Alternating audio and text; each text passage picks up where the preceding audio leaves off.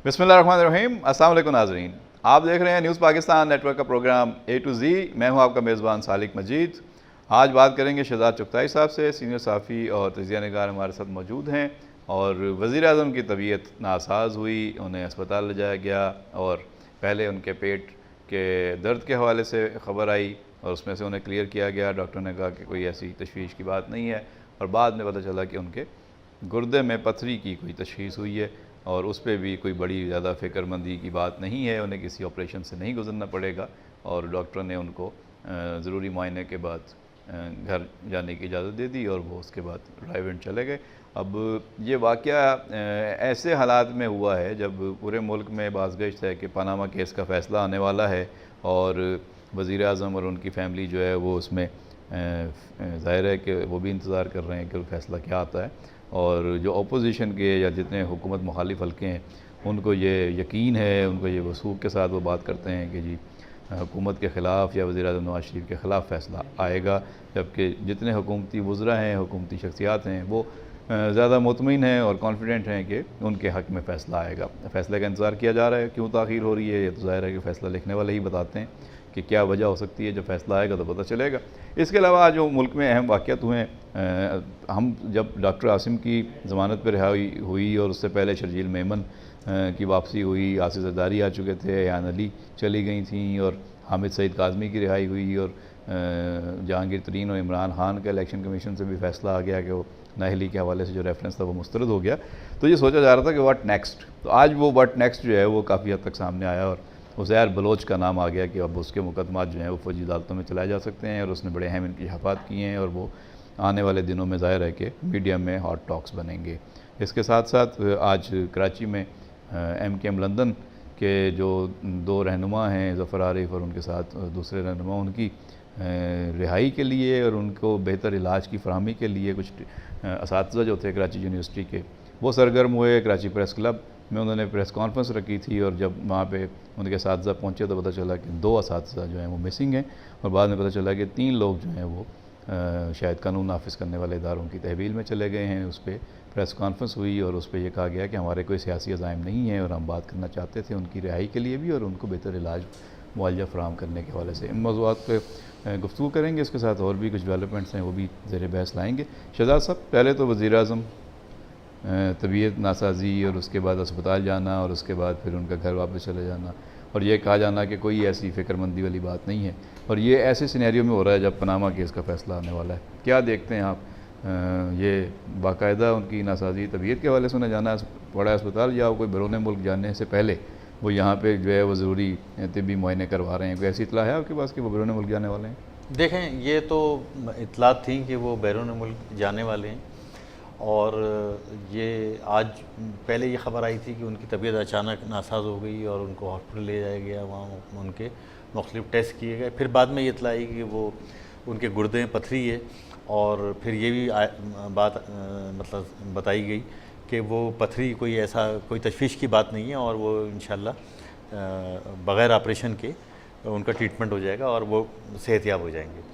तो अब मैंने आपसे कहा था और मुझसे बहुत सारे लोगों ने इत्तेफाक नहीं किया था। मैंने कहा था कि देखें, हमने ये बात जनवरी में की थी। जनवरी में मैंने कहा था कि देखें, पनामा केस जो है ना वो ऐसा नहीं है कि अभी एकदम उसका फ़ैसला आ जाएगा या एकदम वो वाइंड अप हो जाएगा, उसमें टाइम लगेगा। तो मैंने अप्रैल तक की बात की थी। अप्रैल जो है वो हम अप्रैल में बैठे हुए हैं और अब भी कोई ऐसे आसार नहीं है कि पनामा केस का फ़ैसला सुबह नहीं आ रहा। अभी तो उसमें टाइम लगेगा, और दिन लग सकते, पीर को आए या और बात तो यहाँ तक हो रही है कि कोई मज़ीद 10 दिन लगेंगे।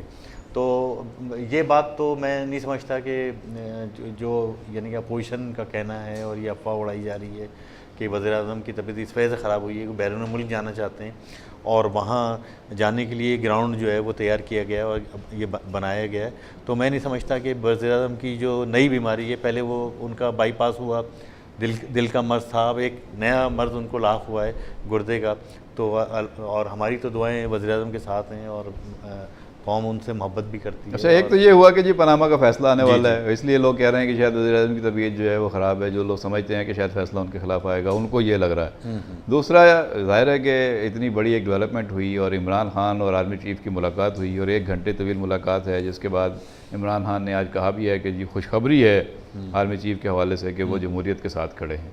तो ये आर्मी चीफ तो पहले दिन से जमहूरियत के साथ खड़े हैं, इसमें इमरान खान को कोई नई खबर कैसे मिल गई? देखें, पहले वाले आर्मी चीफ भी जमहूरियत के साथ खड़े थे, वो भी ये कहते थे कि भाई जमहूरियत के साथ हम खड़े हैं। और ये दूसरे आर्मी चीफ हैं जिनसे इमरान खान की 1-to-1 मुलाकात हुई है। पहले जब धरना था तो राहिल शरीफ साहब से उनकी मुलाकात हुई थी और जो डॉक्टर कादरी साहब थे उनसे भी मुलाकात हुई थी। तो इमरान खान को उन्होंने बहुत, मेरे ख्याल से 10-15 मिनट दिए थे, लेकिन कादरी साहब से सुना ये है कि 3-4 घंटे की उनकी बड़ी यानी मैराथन मुलाकात थी।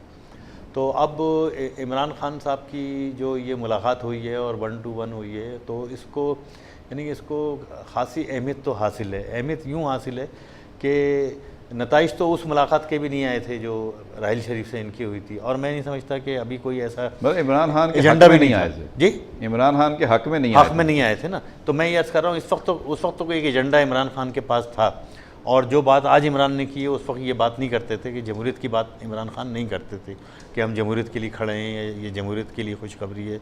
ये बात आसिफ ज़रदारी करते थे, ये बात मियां नवाज शरीफ करते थे और दूसरे लीडर करते थे।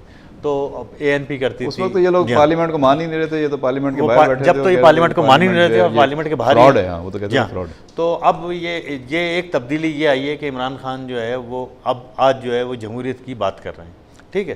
तो ये तो तय है कि जमहूरियत को कोई ख़तरा नहीं है, यानी कि इमरान की ये मुलाकात है, इससे जमहूरियत को कोई ख़तरा नहीं है। उनकी ज़बानी भी ये बात आ गई, उनकी ज़बानी भी ये बात आ गई, और हमारे जो आर्मी चीफ हैं उन्होंने भी ये क्लियरली जो है ना ये वादा कर दिया कि भाई वो जमहूरियत के लिए स्टैंड करते हैं।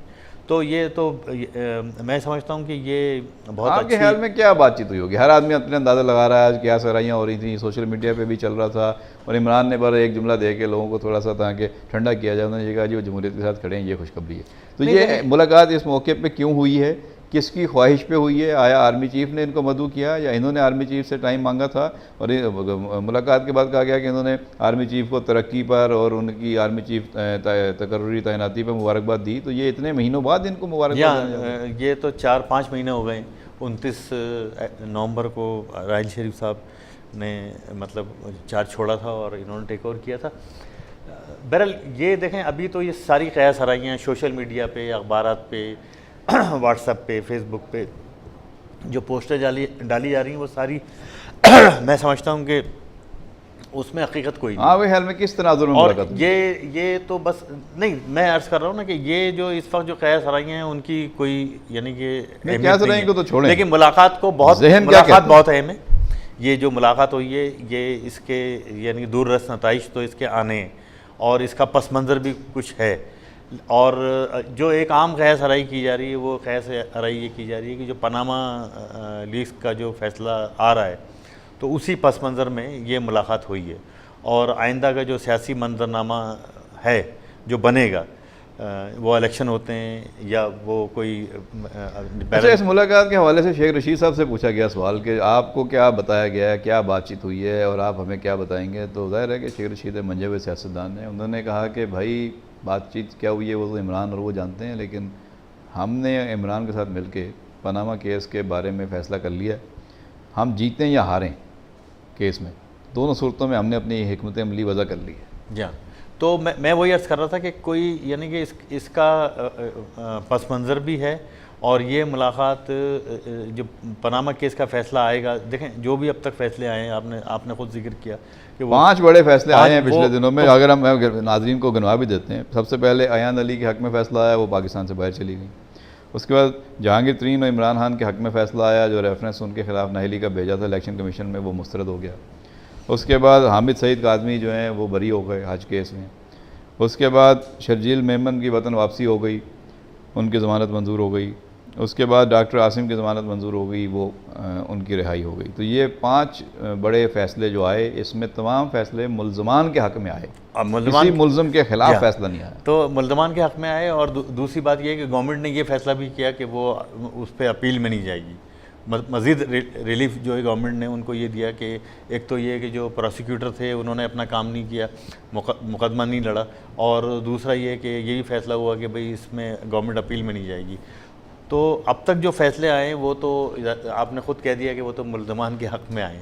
तो ये ग्राउंड भी यानी कि एक तरह का ये ग्राउंड तैयार है, बना हुआ है कि जो भी फैसले आ रहे हैं वो मुल्ज़मान के या जिन पे इल्ज़ाम है और उनके ये हक़ में फैसले उस तनाजुर में भी ज़रा आप बताइए कैसे लगते हैं आपको, जब आसिफ ज़रदारी ने ये कहा था कि बीबी कहा करती थी पता नहीं क्या चमक है कि हमारे हक़ में फ़ैसले नहीं आते और मियाँ नवाज शरीफ के ख़िलाफ़ फ़ैसले नहीं आते, तो अब ये तसलसल से फ़ैसले पीपल्स पार्टी के हक़ में आए हैं।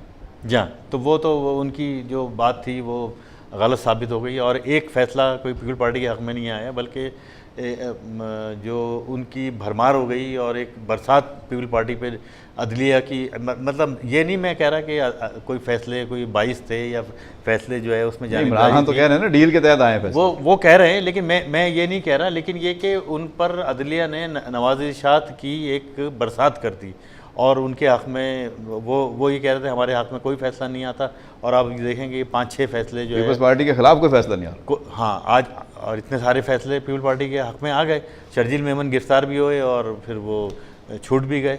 तो मतलब ये कि जो भी अभी हालिया जो फैसले आए हैं कोर्टों के, तो उसमें जो है वो विन विन पोजीशन है पीपल पार्टी की, और पीपल पार्टी इंजॉय कर रही है सूबे में भी, और ज़रदारी साहब वहाँ लाहौर में बैठ के ऐलान कर रहे हैं कि अगली हुकूमत हमारी होगी। और मतलब इस वक्त आपको सियासत में एक अपर हैंड लग रहा है आसिफ ज़रदारी साहब का, मुसलसल उनके लोग जो हैं वो सारे केसेस से बाहर निकल के आ रहे हैं, जितने इल्ज़ामात थे, जितने शिकायत थी पीपल्स पार्टी से लोगों को, तो वो सारे केसेस में तो वो इस तरह धुल के बाहर निकल के आ रहे हैं जैसे उन्होंने कुछ किया ही नहीं। जी हाँ, बिल्कुल आप सही कह रहे हैं, और इसमें अपर हैंड पीपल पार्टी का सियासत में इस वक्त अपर हैंड है और विन विन पोजीशन है, और मुस्लिम लीग नून जो है वो खासी यानी कि पीछे हटी है, और मुस्लिम लीग नून इस पर मज़ीद बात करेंगे कि इस वक्त विन विन पोजीशन है और हुकूमत पे दबाव है, वो कितना पीछे हटी है। शहजाद साहब क्या लगता है आपको, उज़ैर बलोच एक दफ़ा फिर जो है वो सामने लाए गए हैं, जैसे ही डॉक्टर आसिम निकल गए, अयान चली गई और उसके बाद शर्जील मेमन आए और वो भी ज़मानत हो गई, तो यही सवाल किया जा रहा था कि व्हाट नेक्स्ट। तो उस व्हाट नेक्स्ट का जवाब ये आया कि जी उज़ैर बलोच वो पहले से हिरासत में थे, उनके मुकदमा फौजी अदालतों में भेजे जा सकते हैं।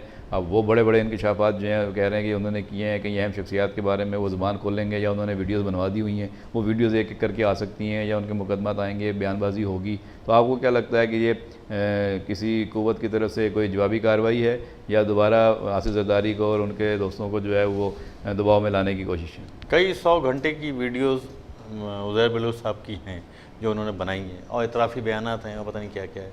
मैं ये उन्होंने ये मतलब ये ऐलान आ गया, और ये ऐलान आज अब तक पता नहीं कि ये ऐलान कहाँ से आया कि उज़ैर बलोच पर फौजी अदालत में केस चलेगा। मतलब ये भाई ये ऐलान वैसे ही है जैसा अचानक सोलत मिर्ज़ा की वीडियोस आ गई थी रात 12 बजे के बुलेटिन में चल गई, तो ये किसी को नहीं पता आज तक कि कहाँ से आई थी, कौन लाया था, किसने बनाई थी। कोई सोर्स नहीं है इसका, ये कोई फैसला ऐसा कोई नहीं है कि प्रोविंशियल गवर्नमेंट ने ये फैसला किया है, जेल इंतज़ामिया ने फैसला किया है, या ये कि ये इवन रेंजर ने ये फैसला किया है, तो ये तो किसी को नहीं पता। पहली चीज़ ये।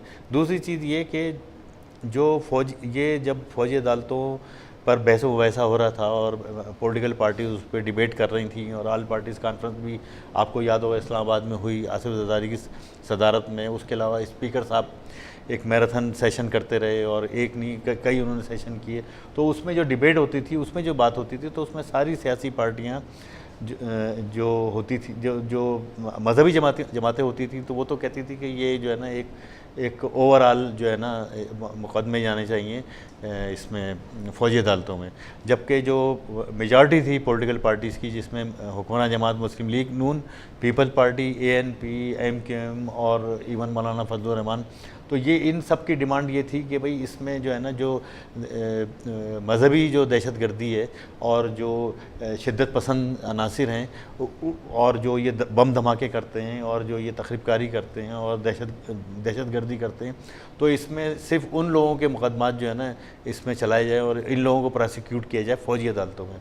तो अब मैं नहीं समझता कि, और जो तरामीम थी पीपल पार्टी ने 9 तरामीम दी थी, उसमें मेरे ख्याल 5 तरामीम पे 4 मंजूर हो गई, 5 पे वो बैकआउट कर गए या वो तैयार हो गए, और 4 तरामीम उसमें मंजूर हो गई थी।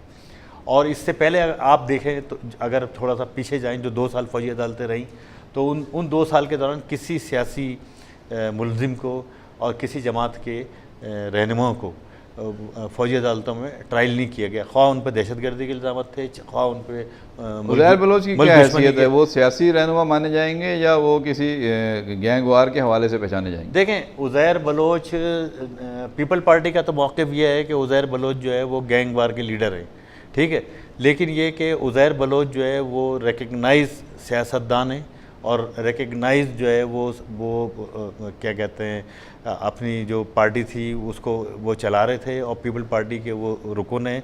और उसकी सबसे बड़ी मिसाल ये है कि जब इलेक्शन 2013 11 मई 2013 के इलेक्शन हुए थे और तो उसमें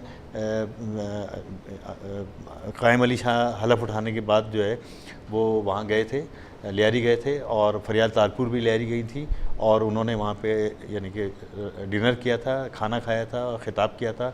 वो तस्वीर मौजूद हैं, वो वीडियोस सारी मौजूद हैं। तो वो रिकग्नाइज पीपल पार्टी के रहनुमा हैं। पीपल पार्टी उनको तस्लीम करती रही, पीपल पार्टी उनको मानती रही और उज़ैर बलोच के टिकट पे, उज़ैर बलोच की सिफारिश पे पीपल पार्टी ने, तो अगर वो आपके बकौल अगर वो सियासतदान है तो फिर फौजी अदालतों में तो सियासतदानों का केस नहीं जाना? मैं वही अर्ज़ कर रहा हूँ ना, मैं वही अर्ज़ कर रहा हूँ कि अब तक किसी 2 साल के दौरान फ़ौजी अदालत में किसी सियासतदान का केस नहीं चला। लेकिन ये भी है कि ये जो केस बनाया गया है, ये जो अभी कुछ दिनों पहले पीपल पार्टी बड़ी मुहब्बतन बनी हुई थी और पीपल पार्टी वाले बनी हुई थी क्या मतलब? नहीं, पीपल पार्टी वाले मतलब दूसरों को ताने दे रहे थे और बगले बजा रहे थे दूसरे पार्टियों को गद्दार और मुल्क को आइन दिया है और मुल्क को जो है ठीक है आइन दिया है। तो फिर एक जो क्या कहते हैं जो इसके सरबराह हैं उन पे मुल्क तोड़ने का भी इल्ज़ाम है और इन पे एक जहाज़ अगवा करने का भी इल्ज़ाम है और ये जो ऑयल जो टर्मिनल है आपका किमाड़ी ऑयल टर्मिनल पे जो गोलाबारी करने का भी इल्ज़ाम है जिसके नतीजे में आग लग गई, तखरीबकारी के ऐसे बहुत सारे केस हैं। तो मेरे कहने का मकसद ये है कि पीपल पार्टी अब जो ये इन्होंने केस बनाया है तो ये केस बनाया है उज़ैर बलोच साहब को, उन्होंने कहा है कि ये रा के एजेंट हैं, ये ईरान के एजेंट हैं और ये कुलभूषण जो यादव जो जासूस है जो गिरफ़्तार है तो उसके साथ इनके रवाबित थे और उसके साथ मिल के ये काम करते थे।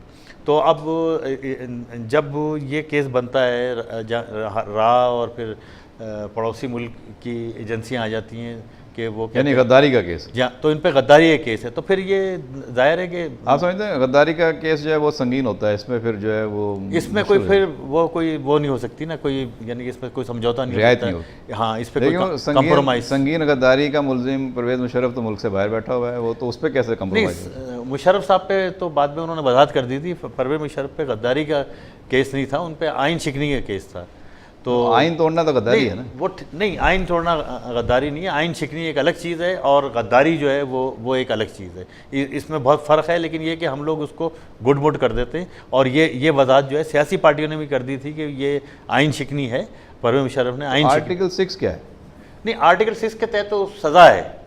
तो सज़ा किस चीज़? उसके देखें उसके वो सज़ा तो सज़ाए मौत है या उम्र कैद है या हो सकता है कि कोर्ट छोड़ दे, तो वो तो आर्टिकल 6 की खिलाफ वर्जी की सज़ा है या आइन शिकनी की सज़ा है। आइन शिकनी तो जो अब ये इतने सारे जो बहुत सारे केसेस हैं तो आइन शिकनी तो यानी जो कोई भी वालिशन है वो आइन शिकनी है, तो उसको आप गद्दार तो नहीं कह सकते ना, क्योंकि आइन शिकनी तो है आपने किसी आर्टिकल की आपने किसी शिक की खिलाफ वर्जी की, ये आइन शिकनी है। तो पूरे आइन को आप ये 62-63 है, पूरे आइन को आप मुअत्तल कर दें। 62-63 मैं अर्ज कर रहा हूँ ना, 62-63 है, तो अब 62-63 के तहत तो इलेक्शन नहीं हुए ना, उस पर तो इम्प्लीमेंट नहीं हुआ, वो भी आइन शिकनी है। तो फिर तो ये सारे आर्टिकल 6 में आ जाएंगे और सारे पूरी पार्लियामेंट जो है वो उसको सजाए मौत हो सकती है। जो यानी कि जो आप आइन पे तो नहीं चल रहे हैं ना, जो 62-63 पे तो आरओज़ में आइन की खिलाफ वर्जी एक अलग आप कह रहे हैं चीज़ है जी, और आइन से गद्दारी, आइन से छेड़छाड़ जो है वो गद्दारी है कि आइन के साथ जो छेड़छाड़ है वो आती है कि जी आपने मुल्क से गद्दारी की है। चलें वो तो खैर मुशर्रफ साहब चले गए, लेकिन यह है कि आप समझते हैं कि ये मामला जो है उज़ैर बलोच का ये संगीन गद्दारी वाले केस की तरफ जा रहा है। तो अब ये बताएं कि ये फ़ौजी अदालतों को केस भेजने किसने हैं? ये तो अपेक्स कमेटी के ज़रिए जाने हैं, अपेक्स कमेटी में वज़ीर आला बैठे होंगे, वो यहाँ पे सरबराह हैं, तो पीपल्स पार्टी क्या उज़ैर बलोच के केस फ़ौजी अदालतों में भेजेगी? जाहिर है कि अब इस पर तो इख्तलाफात होंगे और इस पर मामला बिगड़ेंगे। मैं समझता हूँ कि ये उज़ैर बलोच मेरी अपनी राय ये है कि ये मामला जो है वो ये बेल मुंडे नहीं चढ़ेगी और उज़ैर बलोच पे फ़ौजी अदालत में। लेकिन इसमें एक दूसरे को मसल्स दिखाए जाएंगे। जी हाँ, तो इसमें मसल ही दिखाए जा रहे हैं, और कोई ये जो पीपल पार्टी जो बहुत ज़्यादा उछल कूद रही थी और बहुत शादियाने बज रहे थे, तो उनके ज़रा थोड़े से उन्होंने एक सफ़े मातम भी बिछा दिए कि भाई ये भी हो सकता है, ज़्यादा खुश ना हो, ज़्यादा अभी और भी चीज़ें हैं। हाँ, और भी बहुत सारी चीज़ें हैं। अच्छा, फिर इसमें जो है ना, देखें, अगर ये इसका केस चलता है तो फिर इसमें बड़े पर्दा नशीनों के नाम आ जाएंगे।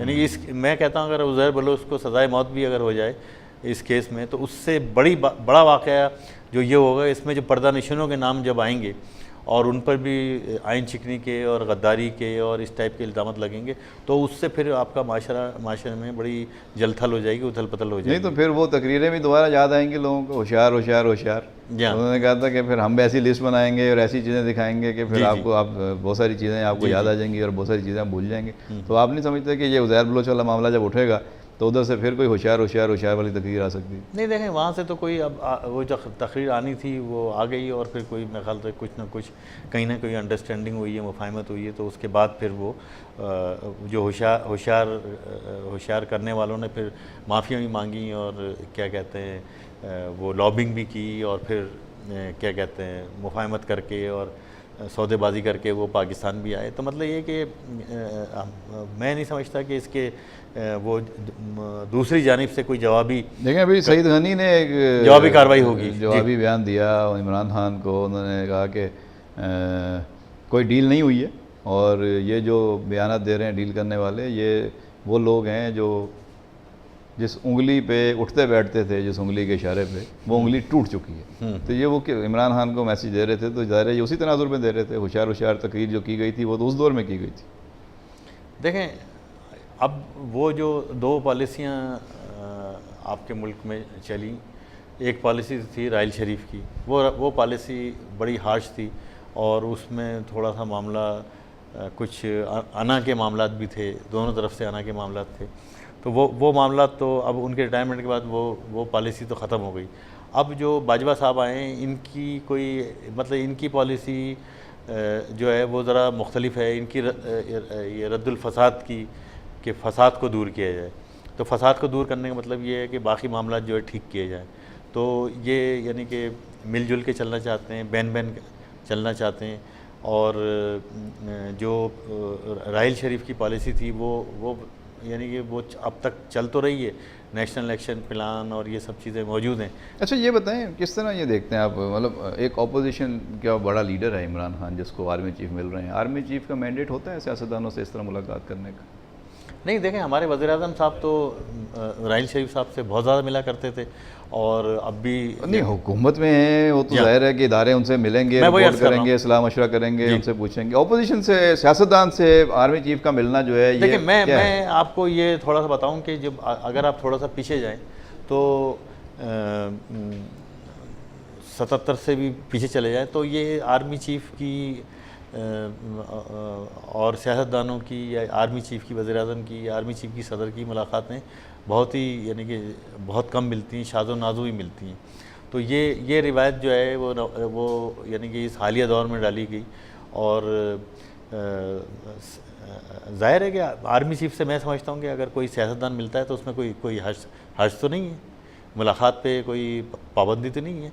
और अभी यानी कि अगर इमरान खान ने तो मुलाकात तो बड़ा क्लियर है, आसिफ ज़रदारी साहब ने फ़ोन किया, सियासत में हिस्सा नहीं लेंगे, जो भी हल्फ उठाते हैं सर्विसेज में, तो वो तो सियासत में हिस्सा नहीं लेना होता। तो सियासतदान से मुलाकात तो सियासी बात करेंगे ना। तो वो इमरान खान ने कहा है ना कि वो जो कोई फलाही बात हो कि मैंने तो मैं उनको मुबारकबाद देने गया था, और क्या कहते हैं उनकी जो तरक्की हुई है उस पर उनको, और खुद भी बताया गया कि 1 घंटा तवील बातचीत हुई है, मुलाकात हुई है। तो इस पे चले आने वाले दिनों में पता तो मुलाकात होती है तो बातें तो होती हैं। शहजाद साहब, आज कराची प्रेस क्लब में आपको पता है कि कराची यूनिवर्सिटी के असातिज़ा जो हैं वो आए थे, उन्होंने प्रेस कॉन्फ्रेंस रखी हुई थी, और वो चाहते थे कि MKM लंदन के जो रहनुमा हैं, जो एक असातिज़ा कमेटी के बड़े सीनियर रुकन भी रहे हैं, और ज़फ़र आरिफ साहब, उनको इलाज मुआवजे की सहूलतें दी जाएँ और उनको रिहा किया जाए, उनको बेहतरीन मेडिकल ट्रीटमेंट मिलना चाहिए। उनके लिए वो आए थे, लेकिन जिन लोगों ने आगे प्रेस कॉन्फ्रेंस करनी थी वो कह रहे हैं कि उनमें से 3 या 2 असातिज़ा जो हैं वो गायब हो गए, और तीसरी जो सोशल एक्टिविस्ट हैं वो भी शायद उसमें से जो है वो कानून नाफिज करने वाले इदारों की तहवील में चली गई हैं, या पता नहीं कहाँ है। तो ये मामला हुआ है और उसके बाद ये भी कहा गया है कि जी हमारा ना तो MKM लंदन से कोई वास्ता है, ना हमारी कोई सियासी पोजीशन है। MKM लंदन से मुस्तफ़ा अजीज़ाबादी का भी आ गया बयान और वासिफ जलील का या किसी का भी आया कि जी इनका तो कोई वास्ता नहीं है, ना जो हमारे अहदेदार हैं, ना जो हमारे मेंबर हैं, ये तो असातिज़ा का मामला है, तो इनके साथ ये हुआ है। आप क्या देखते हैं, ये क्या पस मंज़र है और क्या हुआ है? कल जो खबर आई थी, पस मंज़र तो यही है कि MKM अपनी मौजूदगी का, MKM लंदन अपनी मौजूदगी का एहसास किसी न किसी तरीके से दिलाती रहती है। जैसे कि वो शोधा कब्रिस्तान पहुंच गए थे और क्या कहते हैं, फिर ये ज़फ़र आरिफ मंजर आम पे आए थे, 22 अगस्त के बाद मंजर आम पे आए थे। तो वो किसी न किसी तरीके से अपनी मौजूदगी का ये एहसास ज़रूर दिलाते हैं कि वो शहर के अंदर मौजूद हैं। ये ख़बर कल आई थी कि ये मतलब उसमें नाम नहीं आया था किसी का। ये ख़बर आई थी कि MKM लंदन के रहनुमा आज जो हफ्ता है, यानी जुमे को ख़बर आई कि MKM लंदन के रहनुमा आज प्रेस क्लब में प्रेस कॉन्फ्रेंस से खिताब करेंगे। नाम किसी का नहीं आया था और ये ख़बर यानी कि आज के अखबारों में गालबन छपी हुई है। अच्छा, अब मसला ये प्रेस क्लब के नोटिस बोर्ड पे भी लिखा हुआ था मसला ये कि शुरू में जब क्या कहते हैं 22 अगस्त का वाक़या हुआ और उसके बाद फिर ये तय हुआ कि MKM को पे पाबंदी के मुतालबे हुए और ये डिमांड बहुत ज़्यादा की गई कि MKM पे पाबंदी लगा दी जाए। लेकिन ये कि MKM पे अगर पाबंदी लगती तो फिर ये जो फारूक सत्तार एंड कंपनी है और ये इनके 20 अरकान कौमी असम्बली हैं और 52 गालबन MPA हैं या 50 MPA हैं, तो ये भी डिस्क्वालीफाई हो जाते।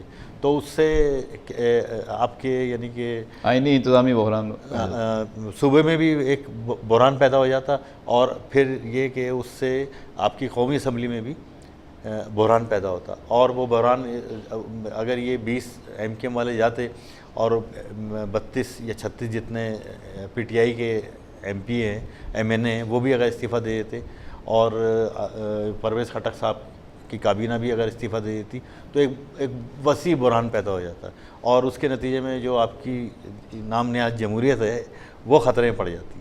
तो इसलिए MKM पे अब तो नाम नेहाद नहीं है ना, अब तो इमरान खान कह रहे हैं आर्मी चीफ जमहूरियत के साथ खड़े हैं। वो तो ये नाम नेहाद तो पहले भी खड़े थे, तो पहले भी खड़े हुए थे, लेकिन ये कि वो जमहूरियत का नाम ना दिए। तो मेरे कहने का मकसद ये कि अब जब ये इन्होंने यानी पाबंदी नहीं लगाई, ठीक है ना, लेकिन ये है कि गैर एलानी तौर पे MKM पर टोटल पाबंदी है, बैन है। और वो उनको जैसे कहते हैं कि परिंदों को पर मारने की इजाज़त, यानी कि MKM लंदन को इस शहर के अंदर MKM लंदन के परिंदों को इस शहर में पर मारने की इजाज़त नहीं, यानी कि वो उसको उड़ने की इजाज़त नहीं है। आपको याद होगा कि MKM ने एक रैली निकालने का ऐलान किया था। वो रैली भी MKM नहीं निकाल रही थी, वो रैली वो कादमी साहब थे, इकबाल कादमी साहब। तो वो रैली भी यानी कि MKM अब खुद नहीं आ रही, MKM किसी को लेके आ रही है। वो उनकी हिकमत अमली है, वो जिंदा सियासत में ज़िंदा रहना चाहते हैं। आज मंजूर बसान साहब का आप क्या समझते हैं, ये जो असातिज़ा सामने आए हैं और वो एक उस्ताद के लिए बात कर रहे हैं, तो ये उनका मुतालबा जायज़ है कि जो उनको इलाज की सहूलतें दी जाएँ और इस पर जो है वो बात होनी चाहिए? कराची यूनिवर्सिटी की जो अंजुमन असातिज़ा है उसने भी एक प्रेस कॉन्फ्रेंस की है आज, और शुक्र है कि उनके अहदेदारों को गिरफ़्तार नहीं किया गया। तो उन्होंने आज प्रेस कॉन्फ्रेंस की है। तो उन्होंने कहा है कि भाई ये जो दो या प्रोफेसर नगमाना और ये प्रोफेसर रियाज और प्रोफेसर नगमाना और एक और, तो ये लोग जो थे ये मतलब ये तीनों आदमी जो है जिनको मुख्तलिफ़ जगह से पकड़ा गया, ये तीनों MKM लंदन के रहनुमा नहीं हैं और ये कराची यूनिवर्सिटी के प्रोफेसर्स हैं। और ये जो प्रोफेसर ज़फ़र आरिफ हैं जिनको गिरफ़्तार किया गया था कराची प्रेस क्लब के बाहर, वो एक मोटरसाइकिल बैठे हुए थे, कोई ऐसे दौलतमंद आदमी नहीं है। ज़ाहिर है कि जो आदमी मोटरसाइकिल चलाता है तो वो दौलतमंद नहीं होता। तो उनको जब वो मोटरसाइकिल बैठे हुए थे तो उनको गिरफ़्तार किया गया था। अच्छा, गिरफ़्तारी के बाद उनको MPO के तहत 1 महीने के लिए नज़रबंद किया गया था। उसके बाद वो थे आपके ये एक MNA होते थे कमर खालिद, उनको भी गिरफ़्तार किया गया था। और जो एक तहरीक इस्तक़लाल के थे, बाद में MKM में शामिल हो गए थे लीडर, उनको भी गिरफ़्तार किया गया था तहरीक इंसाफ से फिर MKM में आ गए थे, तो उनको भी गिरफ़्तार किया गया था। साथी इसाक़ को भी गिरफ़्तार किया गया था बहुत बाद में, उसके यानी ये इस वाक़े के बहुत बाद में ज़फ़र आरिफ का तो MP बढ़ा दिया था 1 महीने के लिए और खालिद को छोड़ दिया था, कमर खालिद यूनुस को उन्होंने छोड़ दिया था और मैं खालिद साथी इसाक़ को भी छोड़ दिया था।